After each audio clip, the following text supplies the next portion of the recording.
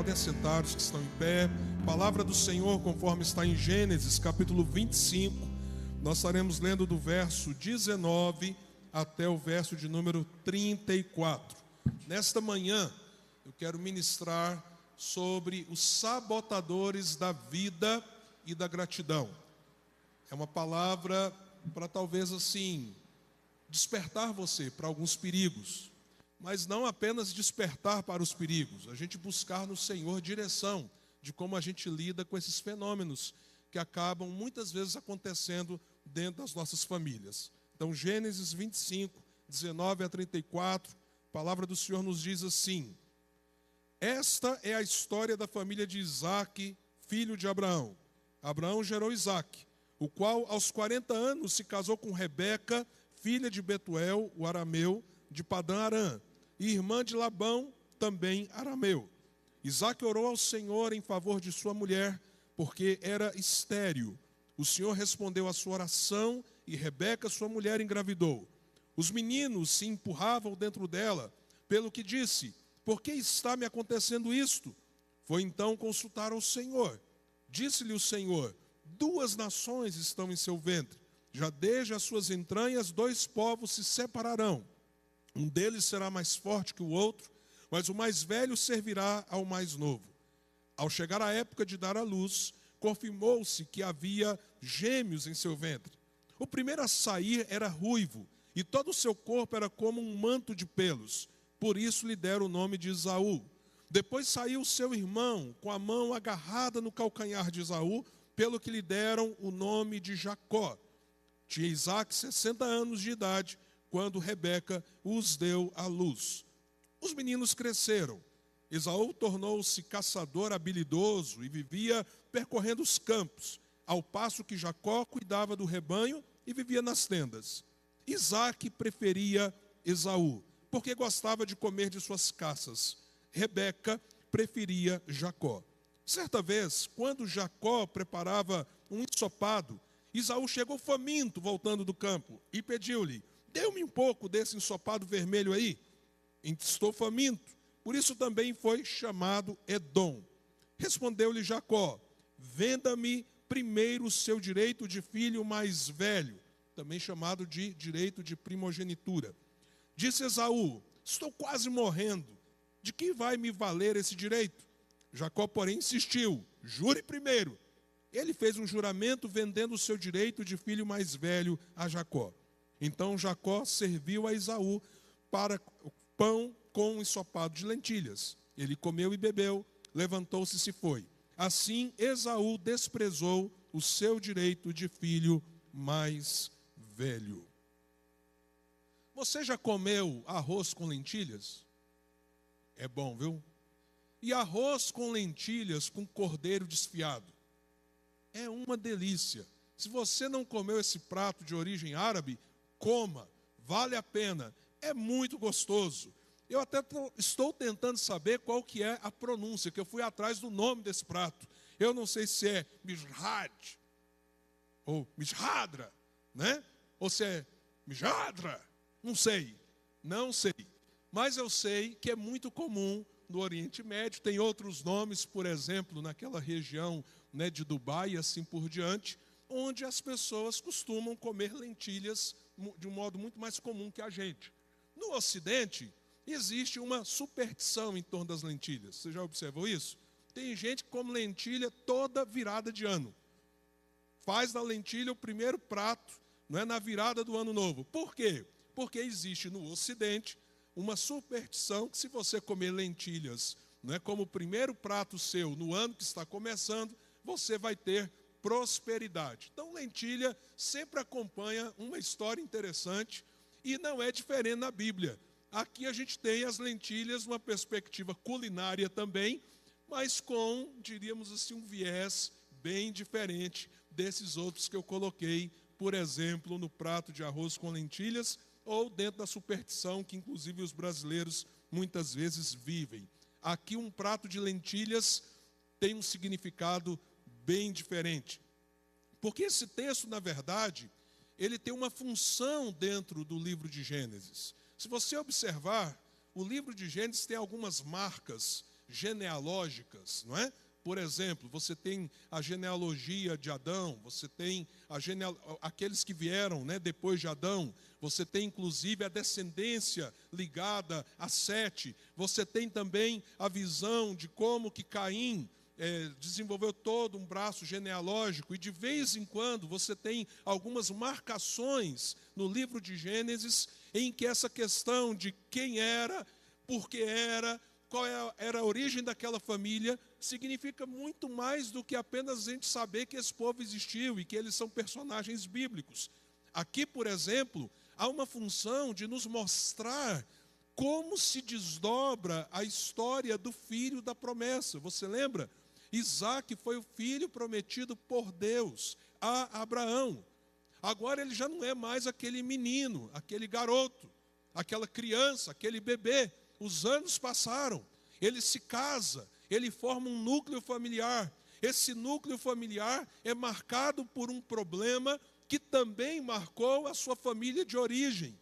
Você lembra que Sara e Abraão não conseguiam ter filhos. Deus faz um milagre.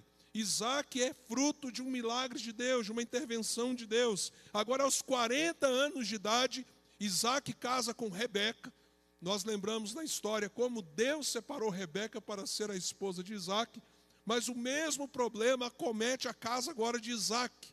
Eles não conseguem ter filhos. E, meus amados irmãos, o texto diz que ele casou com 40 anos. E ele teve filhos com quantos anos, meus irmãos? Vocês perceberam isso no texto? Com 60. Foram 20 anos. 20 anos de espera. Não foram 20 dias, 20 meses. Mas Deus, mais uma vez, cumpre o seu propósito e, através de um milagre, traz à existência esses dois gêmeos, Esaú e Jacó.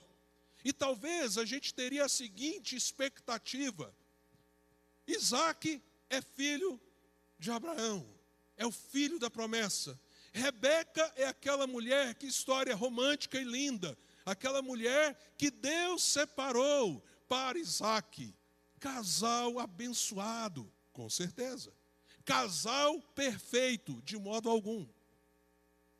Família exemplar, não tanto assim. Ah, mas eles tinham a bênção de Deus, com certeza. E a bênção de Deus garantiu que tudo aconteceria 100% bem, sem problemas. Não, não. Deixa eu te falar uma coisa sobre famílias na Bíblia. Uma coisa que você precisa entender. E isso me revela uma coisa sobre a sua família e a minha, tá? Que eu quero dizer logo depois. Só existiu uma família perfeita na Bíblia. Nem a família onde Jesus foi gerado, foi concebido através de Maria, foi uma família perfeita, tá? Só existiu uma perfeita. E ela perdeu a perfeição lá no Éden. Então, a minha família não é perfeita, a sua não é. E a família de Isaac também não era. Então, não existe famílias perfeitas. Elas não existem. Elas não existem. Então, se alguém falar assim, meu casamento é perfeito, mentira, ilusão, auto-engano, no mínimo, porque não existe casamento perfeito, não existe filho perfeito. Meu filho é perfeito, é nada, é pecador, precisa da graça e da misericórdia de Deus. Quantas vezes no gabinete pastoral chega alguém, pastor, meu casamento acabou, meu casamento era perfeito, pastor, o que aconteceu? Você está doida? Você acha que acabou do nada? Era essa perfeição toda? Ou será que tem coisa que a gente não quer ver? Tem coisa que a gente não quer tratar? Tem coisa que a gente não quer cuidar? Então, gente, não existe famílias perfeitas. Mas existem famílias que contam com a graça e o favor de Deus. E que nessa imperfeição, por causa da presença do pecado, todos na sua casa são pecadores. Mas nessa imperfeição, num mundo também imperfeito e caótico, além de contar com a graça, a gente pode constantemente reavaliar, repensar. E aqui nós vemos algumas coisas que colocaram essa família num grande perigo. Desde a sua, diríamos assim, construção. Nós temos nesses versículos aqui meio que uma síntese dessa casa. E a palavra de Deus é tremenda Porque a gente pode se ver nas pessoas, no sentido de que, uma vez que não existe família perfeita, e aí a Bíblia vai desnudando as lutas, as guerras, os desencontros, as dores, as frustrações das famílias que estão aqui presentes nesse livro, então eu posso ser advertido, eu posso ser admoestado, eu posso ser encorajado, eu posso fazer um conserto na rota, eu posso pegar a palavra de Deus como um GPS, não é? Tipo assim, sabe quando você erra o caminho? E aí o GPS diz para você assim, recalculando a rota. A gente pode recalcular a rota. Mas para isso nós temos que ter a coragem de olhar para aquilo que pode sabotar a vida em família e pode roubar do coração da gente a gratidão a Deus no nosso ambiente familiar. E olha que essas coisas são muito perigosas. Nesse texto, eu quero destacar 3 grandes sabotadores. 3 grandes sabotadores, à luz desta passagem. Com certeza existem outros fatores, existem outras experiências muito perigosas, que a gente também deve evitar. Mas à luz do texto eu quero destacar 3. E você pode observar como essas coisas são perigosas e que a gente luta com elas constantemente. A primeira, o que pode sabotar a vida e a gratidão dentro da sua família, são as suas disfunções parentais. Todos nós, uma vez que não existe família perfeita, todos nós tivemos que lidar ou ainda lidamos com disfunções parentais. O que é disfunção parental? É aquilo que não é ou não foi vivido do modo com que deveria ser vivido. E que afetou você, mexeu com você. E que às vezes, principalmente aqueles aqui que já são adultos, e estão hoje num novo núcleo familiar, você deixou pai e mãe, formou sua família, e agora você está dentro de uma outra casa, vivendo outros relacionamentos. Talvez você não perceba, mas nós reproduzimos muitas das nossas disfunções parentais. Mas muito mesmo. O próprio Isaac, filho da promessa, você já observou como ele reproduz os erros de Abraão?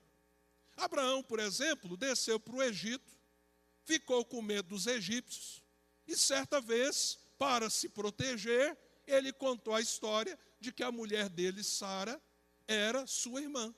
E isso colocou Sara em perigo. E Isaac reproduziu o mesmo erro, do mesmo modo exato. Do mesmo modo exato. No texto que nós lemos, a gente vê que Jacó sofre como Esaú, e essa é uma das disfunções que a gente vê nessa passagem, porque os dois eram muito diferentes, fisicamente, fisiologicamente, nos seus temperamentos, nas suas escolhas, nas suas, diríamos assim, preferências. Um caçador, o outro gostava mais de ficar em casa, nas tendas, com o rebanho, com a mãe. E isso gerou entre os pais preferências. O pai passou a preferir Esaú. A mãe passou a preferir Jacó. Olha só o que acontece lá na frente. Jacó não teve 2 filhos. Teve quantos, gente? Vocês lembram? 12. Mas quando ele estava com 11 filhos, ele deixou muito claro que dos 11 tinha um que ele amava mais. Mas muito mais. Alguém lembra? Hoje está sendo bom, né? Tipo uma gincana bíblica aqui, né? O José. E o José incorporou isso mesmo na vida dele, né? Aí Deus vai lá ainda dar um sonho para ele, né? Os irmãos se dobrando, ele vai lá, né? O filhinho do papai, contar para os irmãos. Isso gerou o quê? Ódio, raiva, ira. E depois Benjamim torna-se o filho preferido, porque inclusive Jacó achou que José tinha morrido. Jacó, que viveu o drama de um lar cheio de preferências, reproduziu um pai cheio de preferências. Então o que acontece? muitas vezes nós nem percebemos, mas as disfunções que nós vivenciamos lá na nossa realidade parental, muitas vezes nós estamos reproduzindo no novo lar que nós constituímos. E se nós então não percebermos isso, se nós simplesmente ignorarmos isso, nós corremos o risco de colocar em perigo a nossa família, os nossos filhos. Agora, há uma coisa muito triste que acontece. Quando você olha para a sua realidade original, né, para a sua herança nesse sentido, do lar que você veio, e aí você vê só as disfunções. E você observa só aquilo que houve de ruim. E você olha para você mesmo, lamentando o pai, a mãe, a origem que você teve. E isso em si já se torna uma outra disfunção.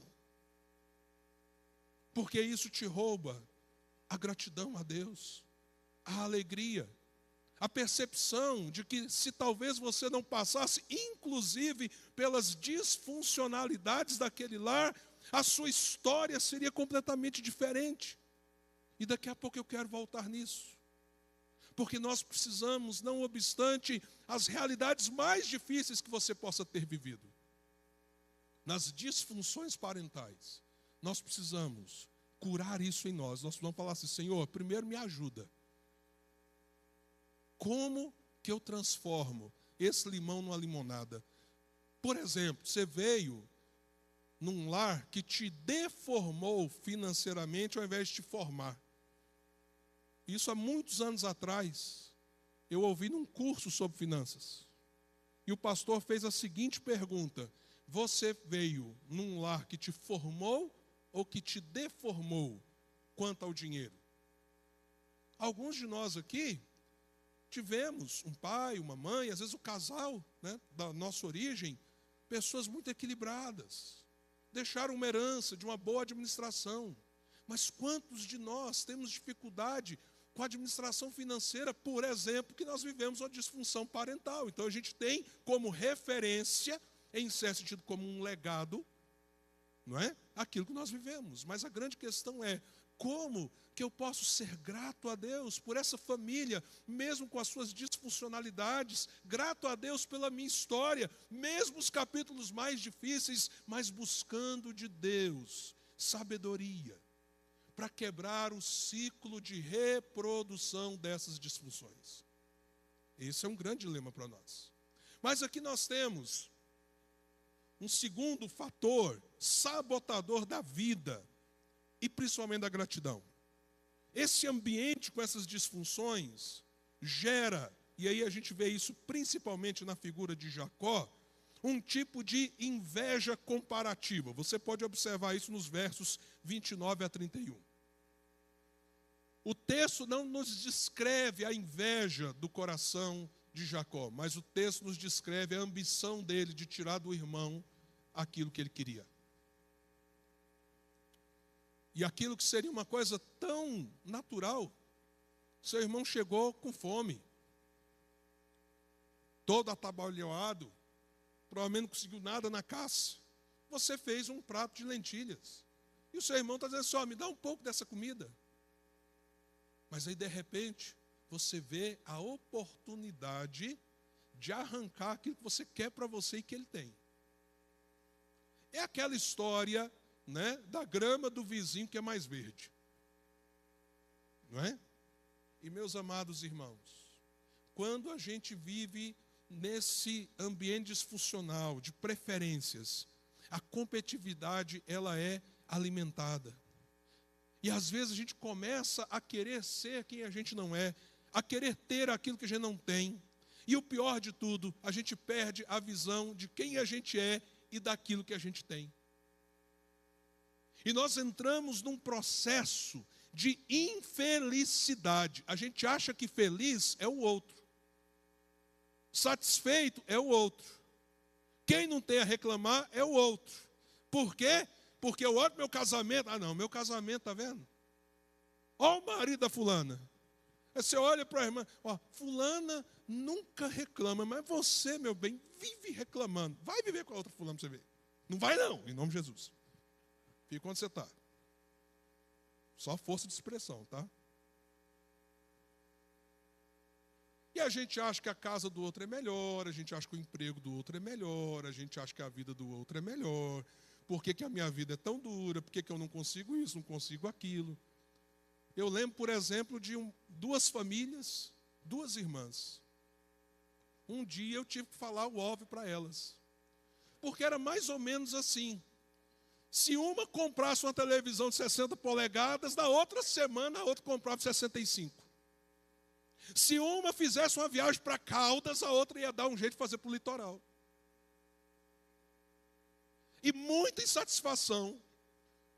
E era duro ser pastor daquelas infelizes. Porque na frente da gente, oh, minha irmã querida, eu te amo demais. Inveja, competição. Gente, inveja é um negócio que as pessoas não assumem que tem. Fiquei impressionado, uma pesquisa, não é, em empresas. A pesquisa fez a seguinte pergunta: você acha que existe inveja no ambiente de trabalho? 73,5% responderam: tem muita inveja no ambiente de trabalho. Mudaram a pergunta: você é uma pessoa que sofre com inveja? Mais de 90% diz que não. Mas como que bate a conta? O ambiente é cheio de inveja. Mas você é invejoso? Ah, não. Eu? Não, que isso? Não, de forma alguma. Observe o seu coração. Observe o seu coração. Observe se você tem gratidão por quem você é. Veja aqui, um menino nasceu cheio de pelos, não é? Primogênito. O outro nasce pegando o calcanhar dele. Um tem um espírito de caçador. O outro tem um espírito mais doméstico, de viver mais ali na tenda.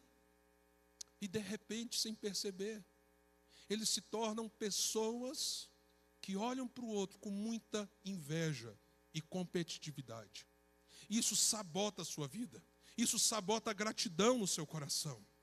Mas você não precisa dizer para as pessoas como o seu coração às vezes inveja algumas coisas. Você não precisa dizer para as pessoas do seu espírito competitivo. Você tem que dizer para Deus. Você tem que fazer um raio-x do seu coração e da sua alma. Você tem que ter a coragem de se olhar no espelho e perguntar para você mesmo: será que eu estou sabotando a minha vida, a minha alegria?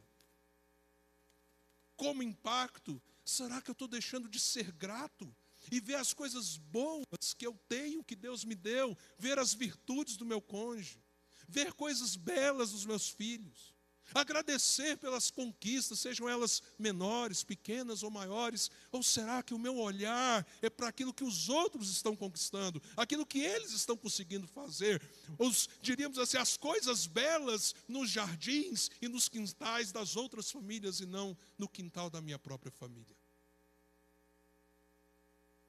Você tem que ter essa conversa diante de Deus, e essa conversa primeiro com você mesmo, com você mesma. Mas há um terceiro fator aqui que sabota a vida e a gratidão.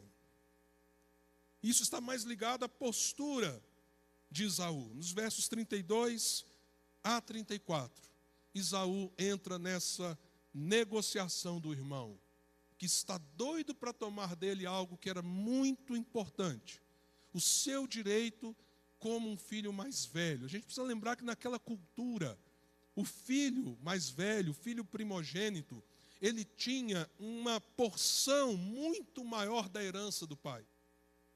E no contexto da família da aliança, o filho mais velho tinha um papel sacerdotal na família. Era um dever e um direito. Ele deveria ser como um líder espiritual quando seu pai partisse. Então, o direito de um filho mais velho, inclusive nesse sentido, era um elemento que apontava para o primogênito da criação. apontava para o Senhor Jesus e aquilo que Ele conquistou para nós, a partir do seu sacrifício, de como Ele se torna o nosso sumo sacerdote verdadeiro, assumindo o seu papel de filho mais velho, o primogênito de todos os outros filhos que o Pai trouxe para si. Era algo de responsabilidade e ao mesmo tempo de grande honra. Jacó queria esse lugar. Talvez pelo fato de seu pai Isaque amar mais o seu irmão do que ele. Mas Esaú, inclusive Hebreus usa uma palavra muito forte. Hebreus diz assim: ele profanou o seu direito de primogenitura. E aí a gente volta lá nas lentilhas. Lentilha é bom. Só não seja, por favor, supersticioso, que não vai mudar em nada você comer lentilha na virada do ano. Isso é pura invenção do coração humano. Mas lentilha é gostoso. Come lentilha com arroz e cordeiro. Você vai gostar demais. Mas se você nunca comer, você perdeu um prato gostoso. Mas há coisa muito mais importante. Não é verdade? Agora aqui, Esaú negocia algo muito maior, de um significado muito mais precioso, por um prato de lentilhas. É o que eu estou chamando aqui de um imediatismo inconsequente. E meus amados irmãos, talvez a nossa geração pareça muito com Esaú quanto a isso. A gente começa a quebrar os princípios da fé, as coisas eternas, por questões tão banais e passageiras. A gente deixa o coração da gente entrar por caminhos perigosos, através de portas aparentemente inofensivas. A gente abre brechas, a gente negocia a nossa moral, o nosso coração. A gente coloca às vezes a família em perigo, o testemunho nosso em perigo, por questões às vezes tão mesquinhas, tão pequenas, que sim, talvez naquele momento, eu estou com fome, o que me adianta isso? Mas que talvez um pouquinho mais de fome vai sustentar você em coisas muito mais importantes e eternas. O dizer não para o impulso, o dizer não para o agora, o imediato, o de antes de ontem. Eu não posso esperar, tem que ser nesse momento. Eu só vou ser feliz se for desse jeito. Eu não vou ter alegria se eu não tiver isso. E de repente você toma um prato de lentilhas e perde o direito da sua primogenitura. Isso te torna amargo. Porque quando você cai em si, o seu sentimento é assim: me passaram a perna, mas você não prestou atenção de que quem mais passou a perna foi você em você mesmo. Você em você mesmo. Quando eu era criança, olha como que o mundo muda, né? Quando eu era criança, a gente usava embalagem de cigarro para brincar de figurinha. As pessoas fumavam muito, não é? Tinha uma propaganda Marlboro, né? Vocês lembram disso? O cara lá no cavalo, tal, fortão. Aí o Valvir escreveu uma música, né? Que tudo começou quando eu descobri, né? Por exemplo, que o meu psiquiatra ia ao psiquiatra. Aí lá ele fala assim, né? Que o galã da televisão morreu de câncer no pulmão. Então nós somos de uma geração, os cinquentões aqui comigo, né? O meu irmão virou cinquentão ontem. Ele falou assim: bem-vindo ao time. Mas foi num dia bom que o Flamengo foi campeão da Libertadores. Obrigado. Que o Senhor console os palmeirenses. Mas veja só, aí nós passamos a fazer uma crítica dura, severa, inclusive governamental. Por quê? Porque os hospitais começaram a lotar de gente com doença pulmonar. começou-se a descobrir como vários tipos de câncer são causados pela nicotina e outros elementos químicos ali do cigarro, e assim por diante. E aí nós tivemos aí um certo gap em que o número de fumantes foi caindo. Irmãos, está voltando, e voltando com força. E sabe quem está consumindo mais cigarro? Jovens, adolescentes. Pergunta: ninguém sabe que é cancerígeno? Todo mundo sabe. Ninguém sabe que vicia, que você vai queimar dinheiro, literalmente falando, todo mundo sabe.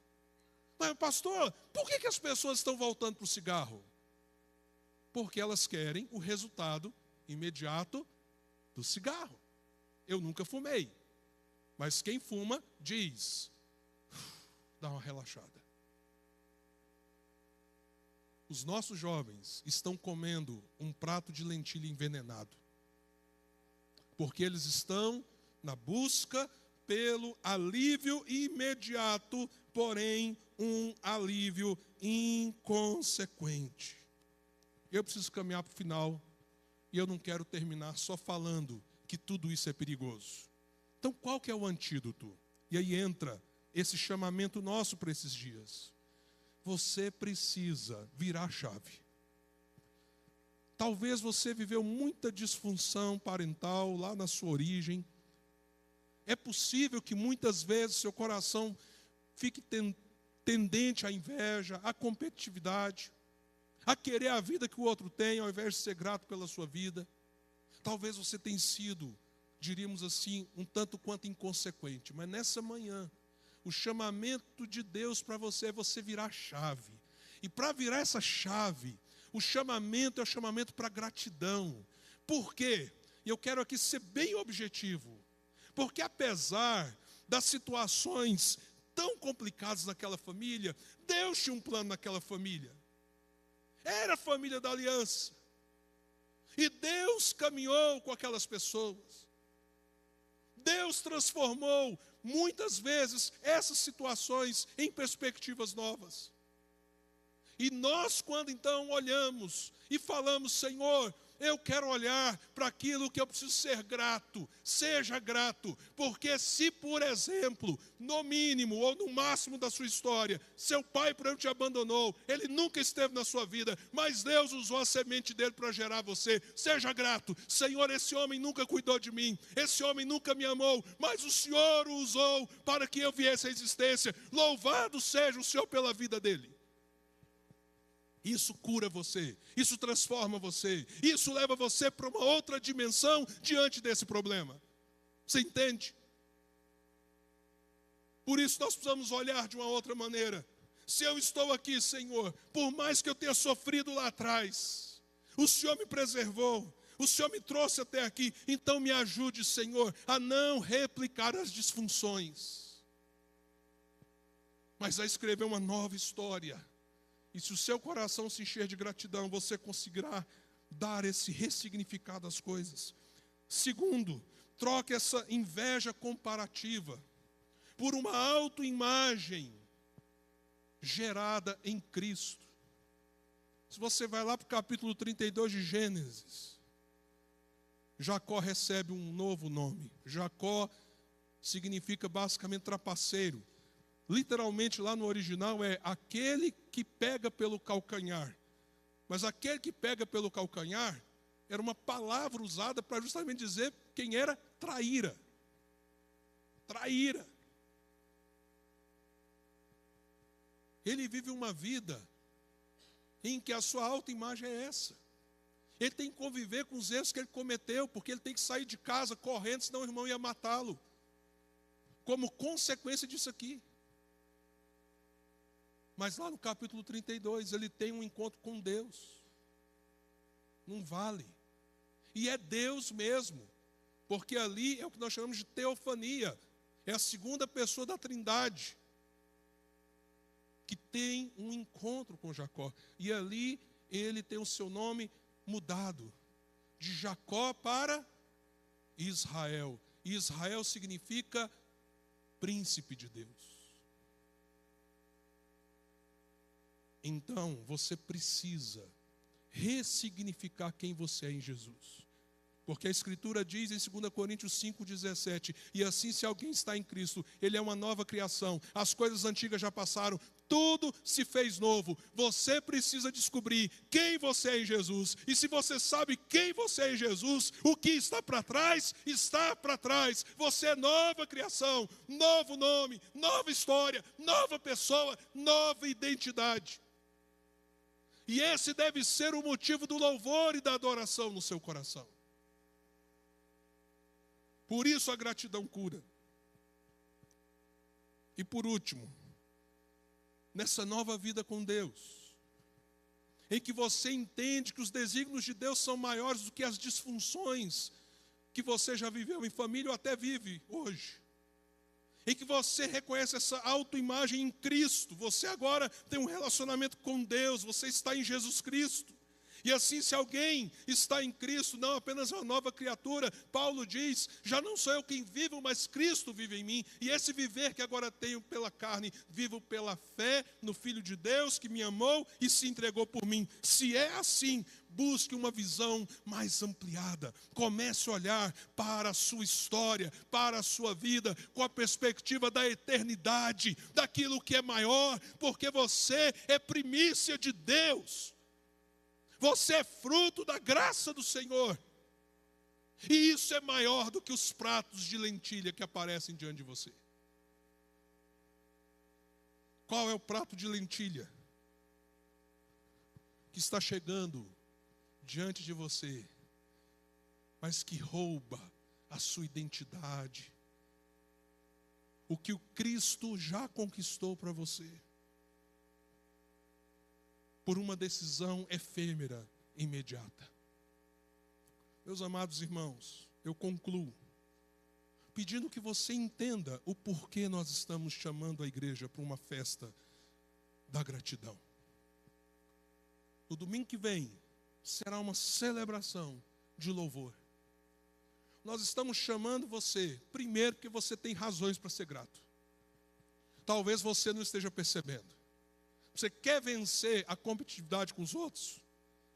Parar de olhar para o quintal mais verde, o jardim mais bonito dos outros, e ver beleza na sua vida, ver beleza na sua casa. Para essa semana em nome de Jesus.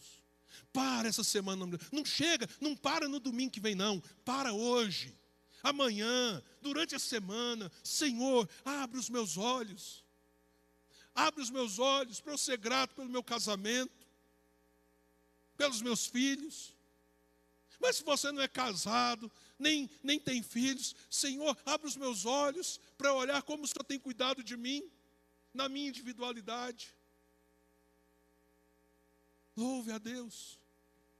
Louve a Deus, mesmo pelas lutas do passado. Chame a família. No domingo que vem, nós vamos trazer expressões de gratidão dos nossos lares. A gente tem chamado isso de primícia. Traz uma primícia lá da sua casa. É um prato, é um produto que, por exemplo, você vende. É algo que simboliza o sustento de Deus no seu lar. É o fruto da árvore. Você tem manga lá, traz manga para cá, para a feira.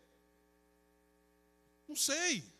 Pastor, me dá as ideias aí. Não, ora. Busca de Deus. Conversa com as pessoas. E nós vamos trazer e vamos colocar nas banquinhas de modo temático. Mas eu queria que você entendesse o que está por trás disso. A questão não é o resultado, isso tudo vai ser usado para o trabalho missionário. Mas a questão toda não é o resultado em si financeiro. A questão é a gente parar, sentar em casa e falar assim, como nós vamos agradecer? Como nós vamos simbolizar diante de Deus as dádivas de Deus nesse ano? E aí você começa a pensar com a sua família, orar com a sua família, discutir com a sua família, pelo que nós devemos ser gratos. É esse o exercício que nós temos que fazer nesses dias. E se, por exemplo, Deus colocar no seu coração, vai ter um envelope de oferta especial de gratidão. É uma das formas de expressarmos a nossa gratidão. Mas isso é algo voluntário, da alma diante de Deus, que louva e agradece pelo sustento. E nós vamos prestar 2 cultos aqui no domingo, em que nós vamos louvar, louvar e louvar. Lá fora vai ter um painel que você vai poder escrever os motivos de gratidão. Eu já estou com outra ideia. eu deixo o povo da equipe doidinho. Que as ideias vão vindo. O Marco Túlio, aprova lá no tesouraria. Nós vamos fazer uma caixinha. Presta atenção, vamos fazer uma caixinha. Caixa mesmo. Em cima, escrito gratidão. Para a gente começar a pôr os motivos, porque agora a gente esquece, né?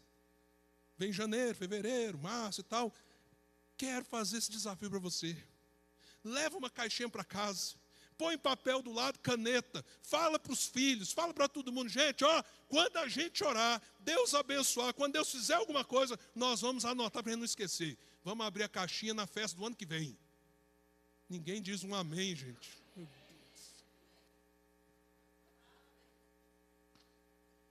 Já vamos começar a festa de 2026, domingo que vem. E aí você chama amigos, parentes, vizinhos. Por que você vai chamar o povo? Para que eles sejam testemunhas do seu coração agradecido. Para a gente chamar as pessoas a repensar essas coisas. Hoje à noite eu vou falar um pouco mais. Hoje eu tentei alertar você para aquilo que pode estar roubando a vida, a alegria e a gratidão na sua casa. Mas hoje à noite eu quero falar de algumas expressões de gratidão. Então, se você puder vir no culto das 18 horas, venha. Mas nesse momento, baixe sua cabeça. E eu te convido a fazer essa oração diante de Deus. Primeiro, Senhor, abre a minha visão. Se eu estou multiplicando as disfuncionalidades lá de trás, hoje na minha vida, na minha família, me ajuda a ver. Senhor, será que eu não estou sendo grato porque eu olho para os outros e acho que os outros têm mais, ou os outros são mais felizes, ou os outros são mais abençoados do que eu?